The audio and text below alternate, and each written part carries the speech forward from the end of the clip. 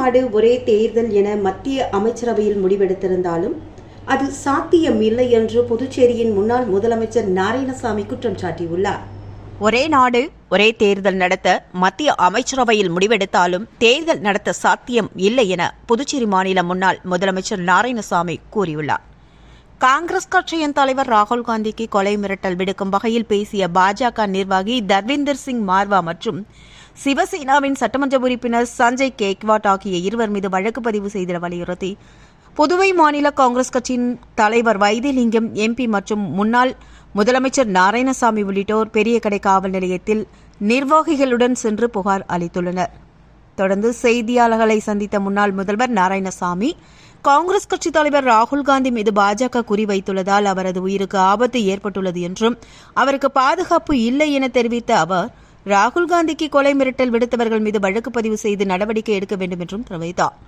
மேலும் கடந்த 2013ஆம் ஆண்டு ஒரே நாடு ஒரே தேர்தலை மத்திய பாஜக கொண்டுவர முயற்சி செய்தபோது காங்கிரஸ் கட்சி எதிர்ப்பு தெரிவித்ததாகவும் மேலும் முன்னாள் குடியரசுத் தலைவர் ராம்நாத் கோவிந்த் தலைமையில் அமைக்கப்பட்ட குழு ஒரே நாடு ஒரே தேர்தல் தொடர்பான அறிக்கை தாக்கல் செய்யப்பட்டுள்ள நிலையில் உலகில் உள்ள 167க்கும் மேற்பட்ட நாடுகளில் 7 நாடுகளில் மட்டுமே ஒரே நாடு ஒரே தேர்தல் நடத்தப்படுவதாகவும் பிற நாடுகளில் பல்வேறு கட்ட தேர்தல்கள் நடத்தப்பட்டு வருகிறது என்றும் தெரிவித்த அவர் மத்திய அமைச்சரவை ஒரே நாடு ஒரே தேர்தல் நடத்த முடிவு செய்தாலும் தேர்தலை நடத்திட சாத்தியம் இல்லை என்றார். தொடர்ந்து பேசிய அவர் பிரதமர் மோடி தலைமையிலான மத்திய அரசு மக்களை திசை திருப்பிடும் வகையிலும் எதிர்க்கட்சிகள் மீது குறை கூற எந்த விஷயமும் இல்லை என்பதற்காகவே ஒரே நாடு ஒரே தேர்தல் என்ற வேலையை செய்து வருகிறது என்று குற்றம் சாட்டினார்.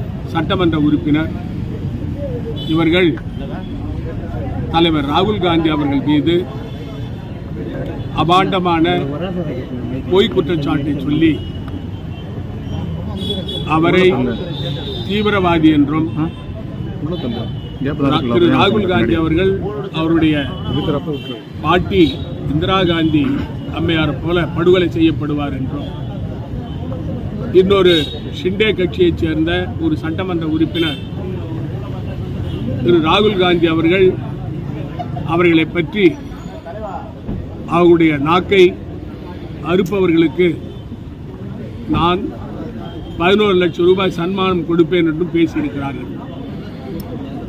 இந்த நால்வருடைய கூற்று மட்டுமல்ல, பாரதிய ஜனதா கட்சியினுடைய பொறுப்பில் இருக்கிறவர்கள் எல்லாம் கூட்டணி கட்சியில் இருக்கிறவர்கள் திரு ராகுல் காந்தி அவர்களை விரோதியாக பார்த்துக்கொண்டு அவருடைய ராகுல் காந்தியினுடைய உயிருக்கு பாதுகாப்பு இல்லாத ஒரு நிலை இப்பொழுது நாட்டிலே உருவாகி இருக்கிறது.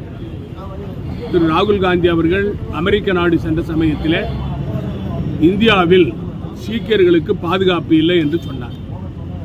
அதை திரித்து பொய்யாக கூறி அவர் மீது ஒரு அபாண்டமான குற்றச்சாட்டையும் அவர் மீது கொலை மிரட்டலையும் இந்திய நாட்டில் ஜனநாயகப்படி பாராளுமன்ற தேர்தல் 2024 நடைபெறவில்லை. எதிர்க்கட்சிகளை முடக்கி மோடி வெற்றி பெற வேண்டும் என்று நினைத்தார். அது பலிக்கவில்லை. அவரால் 240 இடங்களுக்கு மேல் பெற முடியவில்லை.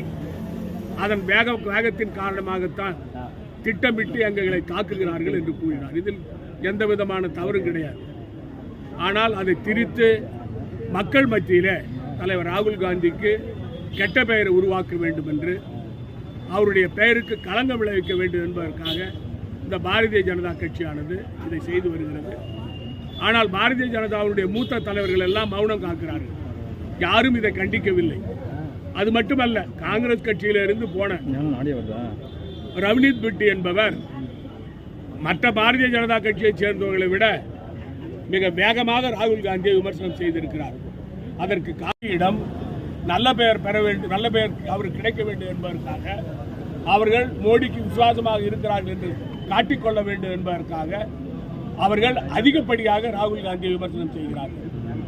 இது போன்ற செயல்களை கண்டிப்பாக நாங்கள் வன்மையாக கண்டிக்கிறோம். அதற்காகத்தான் இன்று புதுச்சேரியில் உள்ள மொத்தம் 16 காவல் நிலையங்களிலும் அந்த காரைக்காலில் 5, மாஹேயில் 1, ஏலத்தில் 1 அனைத்து இடங்களிலும் சென்று காங்கிரஸ் கட்சியுடைய தலைவர்கள் அந்தந்த பகுதியில் உள்ள தலைவர்கள் மனு கொடுத்திருக்கிறார்கள்.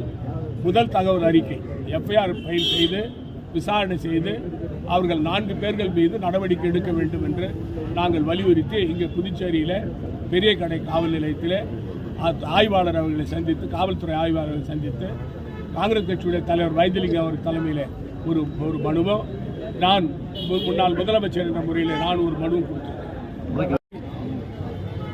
அதாவது 2023ஆம் ஆண்டு பாராளுமன்ற தேர்தலுக்கு முன்பாக ஆரம்பித்தார்கள்.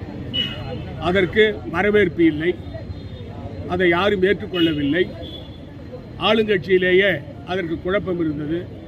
அப்படி இருந்தாலும் கூட மோடி விடாப்பிடியாக ஒரு குழுவை அமைத்து மரியாதைக்குரிய நம் நாட்டினுடைய முன்னாள் குடியரசுத் தலைவர் ராம்நாத் கோவிந்த் அவர்கள் தலைமையில் ஒரு குழுவை அமைத்து அந்த குழு அறிக்கை தாக்கல் செய்திருக்கிறது.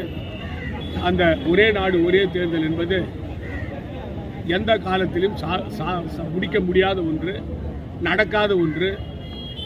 குறிப்பாக மாநிலங்களிலே பல கட்டங்களிலே தேர்தல் வரும். பாராளுமன்றத்திலே தேர்தல் வந்து பாராளுமன்றம் கலைந்து விட்டால் என்ன ஆகும்? சட்டமன்ற தேர்தலில் ஒரு மாநிலத்திலே ஆட்சி கலைந்து விட்டால் என்ன ஆகும்? இந்த கேள்வியெல்லாம் இப்பொழுது வந்து கொண்டிருக்கிறது. மோடி அரசாங்கம் இப்பொழுது ஆட்சிக்கு வந்திருக்கிறார்கள். இந்த சட்டம் நிறைவேற்றினால் மோடியை ராஜினாமா செய்துவிட்டு பாராளுமன்ற தேர்தலுக்கு தயாராக இருப்பார்களா? இது போன்ற கேள்வியெல்லாம் இருக்கிறது. அது மட்டுமல்ல, குடியரசுத் தலைவர் ஆட்சியை கொண்டு வந்த பிறகு எவ்வளவு நாட்களில் தேர்தல் கொண்டு வருவார்கள்? இதற்கெல்லாம் எந்த பதிலும் இல்லை. கண்டிப்பாக பாரதிய ஜனதா கட்சியினுடைய கூட்டணி கட்சிகள் அதற்கு எதிர்ப்பு தெரிவிப்பார்கள். ஒட்டுமொத்தமாக இந்தியா கூட்டணியிலே காங்கிரஸ் தலைமையில் தலைவர் ராகுல் காந்தி அவர்களும் எதிர்ப்பு தெரிவித்திருக்கிறோம். அதே போல மல்லிகார்ஜுன் கார்கே அவர்கள் மரியாதைக்குரிய காங்கிரஸ் கட்சியுடைய தலைவர் எதிர்ப்பு தெரிவித்து அறிக்கை விட்டிருக்கிறார். தமிழ்நாட்டினுடைய முதலமைச்சர் திராவிட முன்னேற்ற கழகத்துடைய தலைவர் மரியாதைக்குரிய ஸ்டாலின் அவர்கள் இது நடக்காத காரியம், பாரதிய ஜனதா கட்சி எதிர்க்கட்சிகளை திசை திருப்ப வேண்டும் என்பதற்காக இந்த வேலையை செய்து கொண்டிருக்கிறார் என்று கூறியிருக்கிறார்கள்.